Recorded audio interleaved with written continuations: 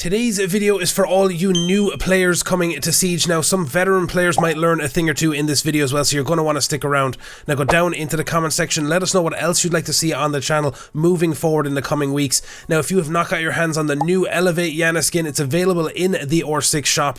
Now, let's aim for 100 likes on this video. And of course, if you're new to the channel, make sure to hit that subscribe button and the notification bell so you know when we upload our next video. And without me talking anymore, let's get started.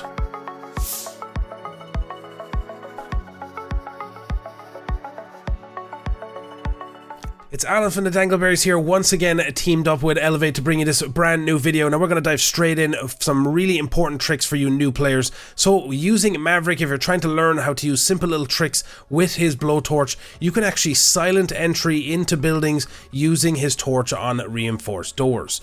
Now it's really important that you use it right on the bottom of the yellow X and then just use the torch and you can make a small opening in the door and quietly enter into the building. Now you just drone out, check that the room is clear, and then you can quickly enter into the building without the defenders knowing that you've come in from that area. Really strong, simple trick that you need to learn when using Maverick.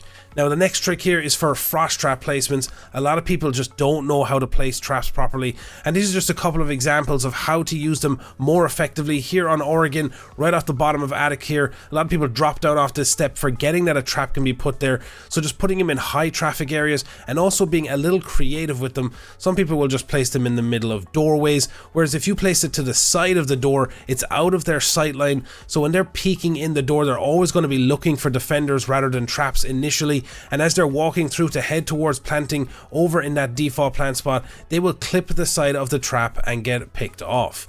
Now another really cool example here is there's other areas on the map where you can actually kind of hide the trap inside the floor. It's a perfect example here on Villa on Red Stairs. Because of that little red mat that's on the floor, it actually removes the little lip on the trap, so as they're moving up the stairs, they're going to be looking towards the top of the stairs and they won't be able to see the trap because there's no lip.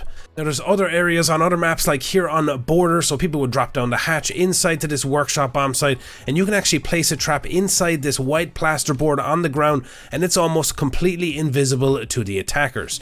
Now there's lots of other areas and other maps for you to explore and learn to use these traps to the best efficient way possible. And another example here I'm going to show with Kapkan traps. Again, a lot of people just place them on any door, they don't really be creative with them, and you're going to immediately see, like this trap here on this door, you're going to see it if you're coming through kitchen, you're going to see it sticking out on the side of the door, or if you're coming in from server side, you're going to see it and shoot it out. What you need to be doing is looking for spots that are very well hidden, and there's a lot of on different maps where the trap is completely invisible inside the object next to it.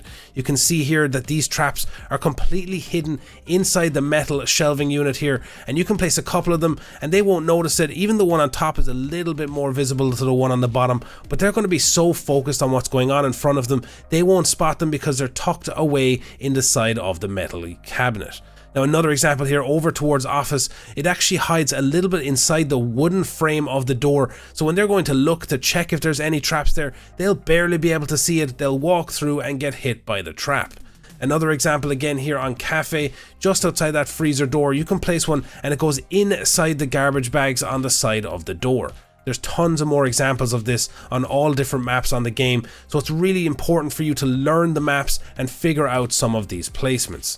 But this next tip is for Valkyrie cams. You can actually bounce a cam off another cam and get them into really hidden spots. Like for example here on Chalet, if you place a cam on the side of this beam here, you can bounce another cam off the top of it up on top of the flower pot hanging down. You can do this on tons of other locations. Now of course with the new addition of the trajectory thing in recent times, it's easier to just stand at a further distance and you can just use the trajectory to throw it up on top here. But if you're looking to do something really quickly, you can just place the cam up on something like another example here. This is a really simple example. You just throw it on the side of the wall, making sure you can still pick it up, bounce the cam off of it, and it will sit up on top of the shelf. It's much more hidden and it can still provide that important intel to your teammates to pick off any moving attackers. Moving on to the next tip, and it is map learning. Map learning is so important in this game, and with that you can learn some incredible angles that will give you that advantage and help you rank up on this game. Perfect example here over on Villa, right in front of this blue container inside trophy room.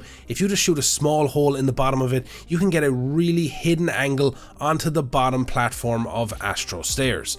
There are thousands of angles like this on Siege, and it's really important that you learn them because it gives you such an advantage. You can see how difficult it is for an attacker to see that opening in the ceiling there, and you can pick them off and get control of the round. Another example here over on Bank. You're on attack. You're moving up the side of the building. If you shoot a hole through this window all the way through, you'll actually see the rotate that people normally create inside Janitor to move between the two bomb sites. So these are really important things to do, map learning and angles. Moving on to Azami for this next tip, and this is a trick that you can use on any map in the game with Azami. She's such a strong operator in the game, and this is creating one-way angles on every map. Here's an example here on Villa. If you place one on the front side of this map table here, and then above the door frame, if you place another Kiba barrier, you can create a one-way angle out onto the top of red stairs. They find it very difficult to shoot you when you're sitting behind this. It gives you a really strong power position to hold down the bomb site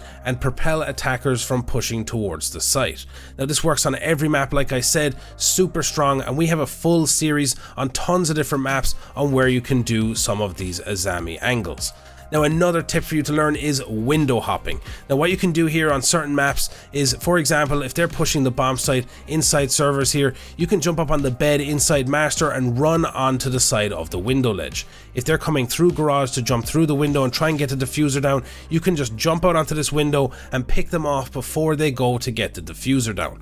Another example here over on Chalet, if they're out on highway and they're trying to push in towards that piano window, or they're all the way over inside library and they're making their way out into the hallway, you can have that window prepped open, jump out onto the window and shoot them as they're coming out the doorway into the hallway. Now we're moving on here, and again, another hugely important thing for new players is learning how to drone. Now a good thing to do here is using the trajectory. You can throw your drone from outside the map into the building up onto certain locations. An example here on Chalet, on this big window, you can throw your drone off the beam onto this light, and then you can jump it up onto the beams on the back side of the room, and you will get unlimited intel for your teammates as they're pushing towards the bomb site. Droning is one of the most important aspects of the game that people don't learn properly, so I'd advise you to learn it better. Now another little trick here for thermite. If you're using thermite and you're learning how to open walls, there's actually a really cool thing here. Like for example here, you can place it on a door and it will actually open up the wall inside behind the door as well. This is the example for inside of customs, and you can also do it for another example here upstairs on the triple wall at the top of east stairs. If you have someone you know that's in behind the wall, maybe a bandit who's got it bandit tricked, and you don't have any utility to get those bandits off the wall, you can place it on the side of the door. It will open a small section of the wall and you can shoot off the bandit and then open up the rest of the wall. So that is just a few tricks for some of you new players. If you'd like to make this into a whole series, comment down below and I will do more videos like this one. So let me know down below and I'll get started on it. Now if you have not got your hands on that Elevate Yana skin, head over to the R6 shop right now and check it out. It is a fire skin, and until next time, I'll talk to you in the next one.